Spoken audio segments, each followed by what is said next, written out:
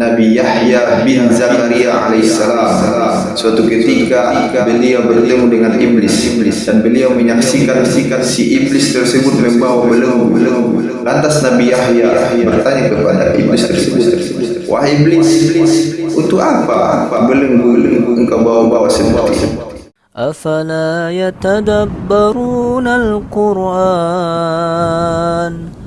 ولو كان من عند غير الله لوجدوا فيه اختلافا كثيرا. Assalamualaikum warahmatullahi wabarakatuh. Hamdan wa syukran lillah, salatan wa salaman ala rasulillah, amma ba'du. Qala Rasulullah sallallahu alaihi wasallam, ala wa inna fil jasadi mudghah, iza salahat salahal jasadu kulluh, wa iza fasadal jasadu kulluh, ala wa hiyal qalbi. Rasulullah sallallahu alaihi wasallam bersabda, ketahuilah bahwa di dalam tubuhmu itu ada mudghah. Apabila ia baik, maka baiklah seluruh tubuhmu. Namun apabila dia buruk, maka buruklah seluruh tubuhmu. Ala wahiyal qalbi. Itulah yang dinamakan dengan hati. Saudara-saudaraku, dimanapun saudara-saudara berada, yang pastinya dimuliakan oleh Allah Subhanahu wa Ta'ala. Hati manusia itu bagaikan benteng, dan perlu kita ketahui bahwa hati kita ini ataupun benteng pertahanan kita ini ingin sekali dikuasai oleh tentara iblis. Karena dengan mereka menguasai hati kita, maka mereka akan sewenang-wenangnya, sesuka hati mereka mempermainkan kita, mau mengarahkan kita kemana saja. Yang pastinya kita akan diarahkan ke jalan-jalan maksiat, jalan-jalan yang tidak diridhoi oleh Allah Subhanahu wa Ta'ala. Nah, oleh karena itu saudara-saudaraku yang dimuliakan Allah Subhanahu wa Ta'ala, pada pertemuan yang singkat ini saya ingin menyampaikan agar kita sama-sama mengetahui bahwa ada beberapa pintu-pintu masuk yang sering dilalui oleh tentara iblis agar bisa mengetahui, agar bisa menguasai hati ataupun kalbu kita tersebut. Yang pertama, yang sering dijadikan iblis untuk masuk ke dalam kalbu kita, pintu masuk ke dalam kalbu kita, yaitu pintu marah. Tatkala anak manusia, anak cucu Adam ini dalam keadaan marah, maka dalam pandangan iblis bahwa seseorang yang marah itu sangat lemah dalam pandangan mereka, dan mereka akan mudah sekali masuk ke dalam hati anak cucu Adam tersebut atau anak manusia tersebut, dan mereka akan mempermain-mainkan manusia tersebut, seperti halnya anak kecil yang sedang memainkan bola. Suka-suka anak kecil tersebut mau tendang ke atas, tendang ke bawah, sepak ke atas, sepak ke bawah, suka-suka mereka. Seperti itulah orang yang marah. Suka-suka iblis dengan tentaranya mengarahkan setiap anak manusia tatkala dia marah.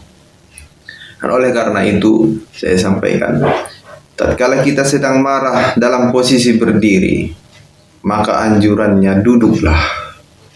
Belum juga reda marah kita, maka anjurannya berbaringlah. Belum juga reda amarah kita tersebut, maka anjurannya berwuduklah. Dan belum juga marah kita itu hilang, maka sholatlah 2 rakaat. Insyaallah pertolongan Allah akan datang kepada kita, sehingga rasa marah kita kepada sesuatu hal itu akan hilang, yang akhirnya godaan-godaan setan itu pun akan hilang. Saudara-saudaraku yang dimuliakan Allah Subhanahu wa taala. Pintu yang kedua yang sering juga dilalui iblis agar mereka bisa masuk ke dalam kalbu kita yaitu pintu hasad. Dan sama-sama kita ketahui bahwa hasad ini adalah sifat yang tidak terpuji, sifat yang sangat tercela. Artinya orang yang hasad itu dia tidak akan senang melihat saudaranya senang. Ketika saudaranya mungkin mampu membeli kulkas, dia maka akan ikut kedinginan. Ketika saudaranya mungkin mampu untuk membeli mobil, dia mungkin semalaman tak akan bisa tidur. Dia gelisah. Dia merasa terganggu atas apa yang telah didapatkan saudara-saudaranya. Sehingga dengan hasad, iri, dengki akan bercampur padu di dalam kalbunya yang menimbulkan kebencian kepada saudaranya, dan setan akan senantiasa bersemayam di dalam kalbu yang ada penyakit hasadnya. Begitu saudara-saudaraku, marilah sama-sama kita perbaiki diri dan menjauhi sifat-sifat hasad ini.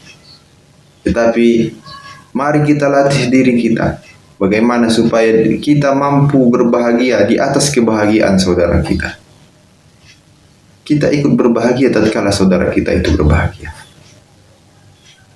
Nah, saudara-saudaraku yang dimuliakan Allah Subhanahu wa taala. Pintu yang ketiga yang juga sering dilalui iblis masuk ke dalam kalbu kita yaitu melalui pintu perut kenyang. Kenapa saya katakan demikian? Di dalam satu riwayat diceritakan bahwa Nabi Yahya bin Zakaria alaihissalam suatu ketika beliau bertemu dengan iblis dan beliau menyaksikan si iblis tersebut membawa belenggu. Lantas Nabi Yahya bertanya kepada iblis tersebut, "Wahai iblis, untuk apa belenggu engkau bawa-bawa seperti ini? Ketahuilah bahwa belenggu ini akan aku gunakan untuk membelenggu orang yang senantiasa perutnya kenyang, agar mereka malas beribadah kepada Allah Subhanahu wa taala, malas untuk zikrullah, agar mereka senantiasa lalai kepada Allah Subhanahu wa taala." Dan sejak saat itu Nabi Yahya alaihissalam tidak pernah lagi mengenyangkan perutnya dengan makanan-makanan yang setiap hari dimakannya. Tetapi beliau makan hanya sekedarnya saja, hanya untuk menguatkan punggungnya agar dia bisa beribadah kepada Allah Subhanahu wa taala.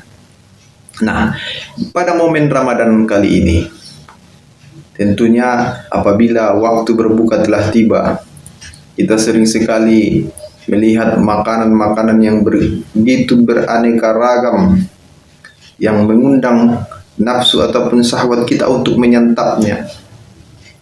Tatkala kita tidak mampu mengkontrol makanan yang kita makan, semua mau kita makan, maka dikhawatirkan untuk sholat tarawih pun kita tidak akan khusyuk, bahkan malas untuk melaksanakan sholat tarawih. Ini adalah efek buruk. Ini adalah salah satu pintu masuk setan ke dalam kalbu kita.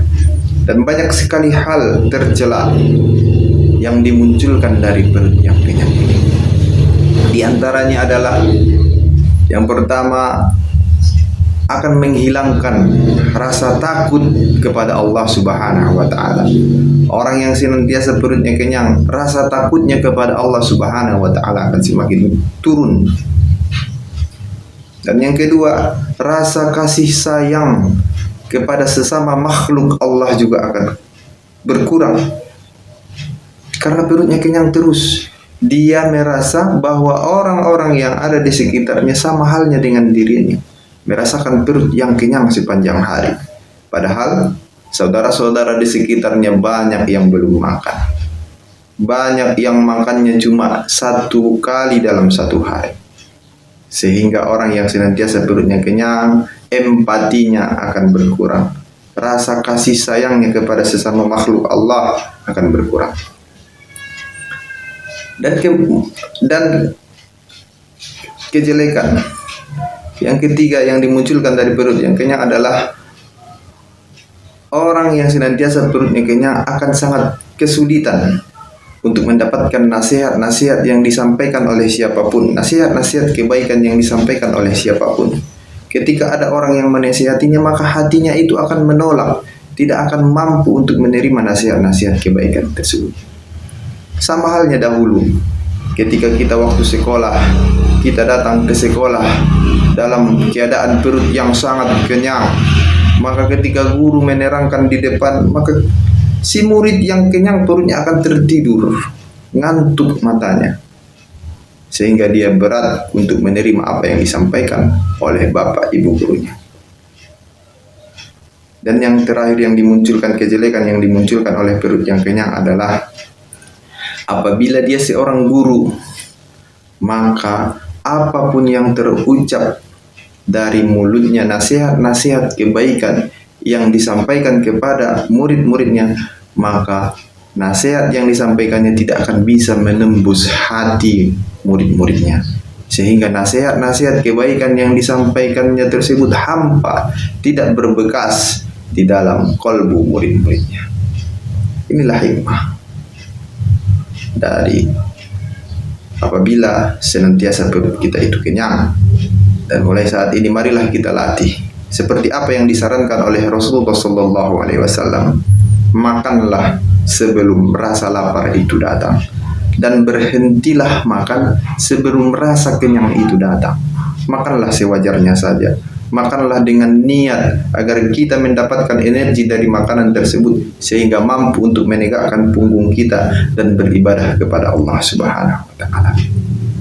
Saudara-saudaraku yang dimuliakan Allah, masih banyak sebenarnya jalan ataupun pintu-pintu yang sering dimasuki iblis ke dalam kalbu manusia. Dan pada pertemuan yang lain saya akan coba untuk menyampaikannya kembali. Inilah hikmah dari hadis Rasulullah SAW. Ketahuilah bahwa di dalam tubuh kita itu ada mudghah, ada segumpal daging. Apabila daging itu baik, maka baiklah seluruh tubuh kita. Dan apabila daging itu buruk, maka buruklah semua anggota tubuh kita. Ala wahiyal qalbi, itulah yang dinamakan qalbi.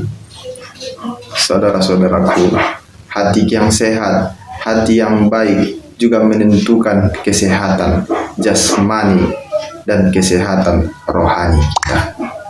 Mungkin inilah yang bisa saya sampaikan. Kurang dan janggalnya kepada Allah saya mohon ampun.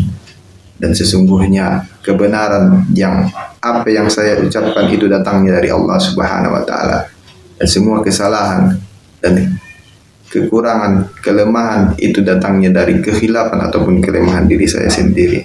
Nasrun minallah wa fathun qarib fastabiqul khairat. Assalamualaikum warahmatullahi wabarakatuh.